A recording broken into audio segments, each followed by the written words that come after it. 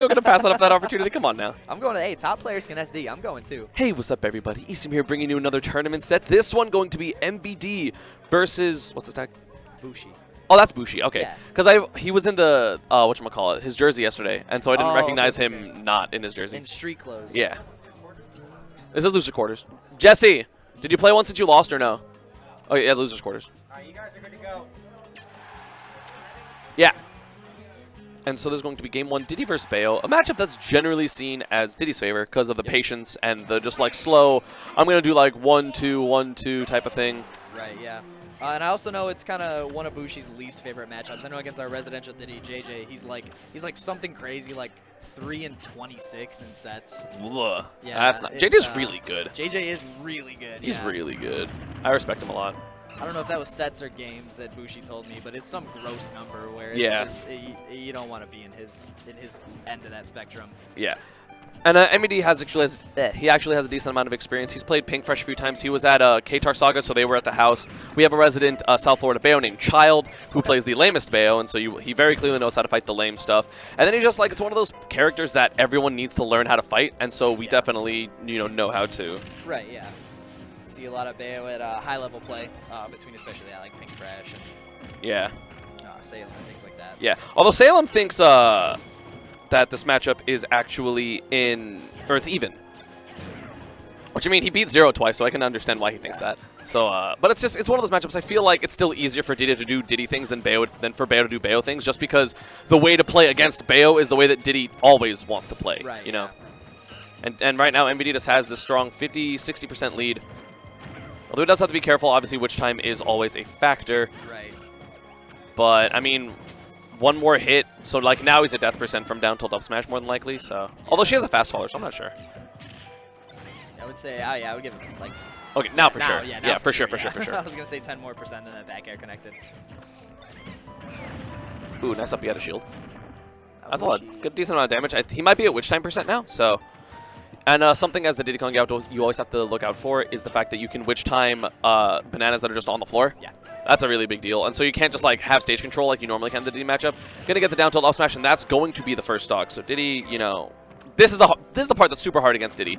Like if you're not a character that can just like poop on him in edge guard, like just you have to catch him and then you have to not get punished and you have to catch him like over and over and over again. Thankfully, Bayonetta has a decent amount of damage output, so it's only like 2 times and then death percent. So. One thing I will say about Bushi, though, is his offstage game is much better than I think a lot of the Bayonettas I've seen personally. Okay. And I've noticed that you and both MVD are just on the ledge, just relentless, giving like no one any option to do anything. Yeah. And Offstage, I feel like, is really underdeveloped as like an area in general in this game, and it always has been. But right now, MVD he super lapped him. I think he got hit like once this whole stock. Yeah. This is looking rough for Bushi right now. It's looking rough for him. He's using a lot of those grounded side Bs, those slides, which I know he kind of does when sometimes he gets flustered. So I could think, just MVD's kind of really, really putting on the pressure and not giving him much room to do much else. And I'm sure MVD, so there's a thing, Mad VD, which is, so essentially sometimes when he loses, when he doesn't really want to, obviously, he gets mad and he plays, like, way better. Oh, that was running up smash, he messed up. But so he lost to Ned. So he's probably pretty upset at that, and so he's like, I want to win. And I'm just going to body everyone, because he does that sometimes. Oh, nice up smash. Yeah, that was super high up. Diddy Kong has them ups. And so that's going to be game 1. Strapped on them J's. Hit a clean up smash. That's something I noticed. I don't know if it's like kind of more developing in Diddy Kong players, but just catching short hops in neutral. Just running up, just watching a lot of short hops happen back to back to back, and just deciding this one, I'm hitting you on. Yeah. And I think it's something where I know I've seen JJ start doing a lot. I know Dyer did it a couple times here, just kind of really, really just focusing on catching those short hops. MVD showed it there. I think it's a just goofy little Diddy thing that you can do. Yeah, and it's just like, one of the things that's like, oh, well, what can you do in the next game? It's like, hit him first and not have to approach, because that's kind of how Diddy Kong works. Because like Bayonetta, or like a common thing that you should be doing versus Diddy Kong, at least in my opinion, obviously, is ledge camp. Because when Diddy hits you with a banana, if you're on the ledge, you'll just grab the ledge. Right, yeah. And he can't get down tilt. Like, if he down tilts you, he doesn't get anything. And so if you're ahead and you just ledge camp, it's really difficult for Diddy to kind of circumvent that. Especially, once you get into, like, the down tilt forward smash percentages, that's, like, super, like, I don't want to die, and you just piece to the ledge. Yeah. But you have to have the lead in order to really do that, or have like a really, really good projectile. And Bayonetta has bullets, but if the Diddy Kong's on the complete opposite side of the stage, they're not going to hit, you know? Yeah. Bushi decided to go for a forward smash. I don't know quite what he was reaching for, but I can appreciate the ambition. Ooh, nice jump. Shooting the bullets, getting as much damage as he can safely. Oh, but gets forward aired, and that's so much more than bullet damage. Lots of footsies are happening here. A lot of decent stage control going back and forth.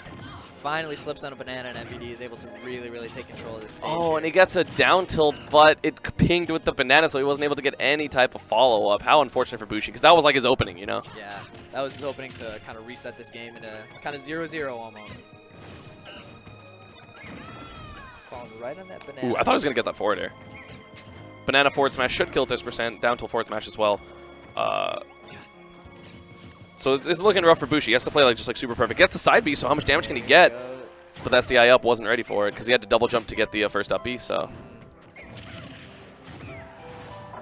That's something I can credit to MVD. Bushi is normally very, very good at kind of reading SDI and kind of deciding, I mean, mid-combo, what to do with it.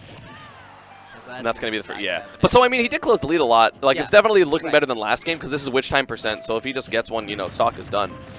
Or just like a up air, not quite going to do it. I think one more witch twist up there would have done it, but I don't know if he was confident in landing it. So props to him for knowing his limits on the character. That's something I really admire a lot in players. Yeah, making sure you don't overextend. Yeah. Overextending is so easy, especially in this game when you're losing because you're like, I want to be even. Ooh, nice SDI down by MVD. That one's a super hard one to cover.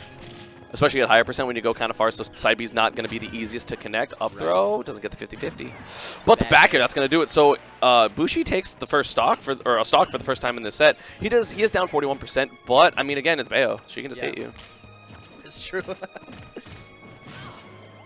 MVD going to throw off stage, get the banana, get stage position back. Ooh, gets the banana, but misses the down tilts on the follow-up, but just immediately gets stage control back.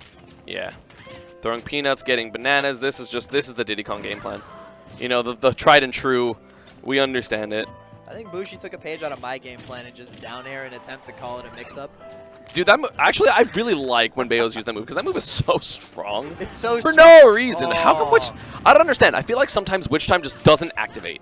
It activates if Diddy is like too far from his banana. So like if he gets like a full range banana or like off a platform or something, and you witch time the banana, but Diddy is too far away, that's gonna be it. But Diddy's too far away from you, he doesn't get like included. But then you've seen like the Bayonetta bullet thing when it was like 17 character lengths apart, and it still got witch timed and like activated and was slowed down. I'm like, I don't understand the difference. Me neither. I'm gonna hand the mic off here to my man Dr. S. Huh? Yeah.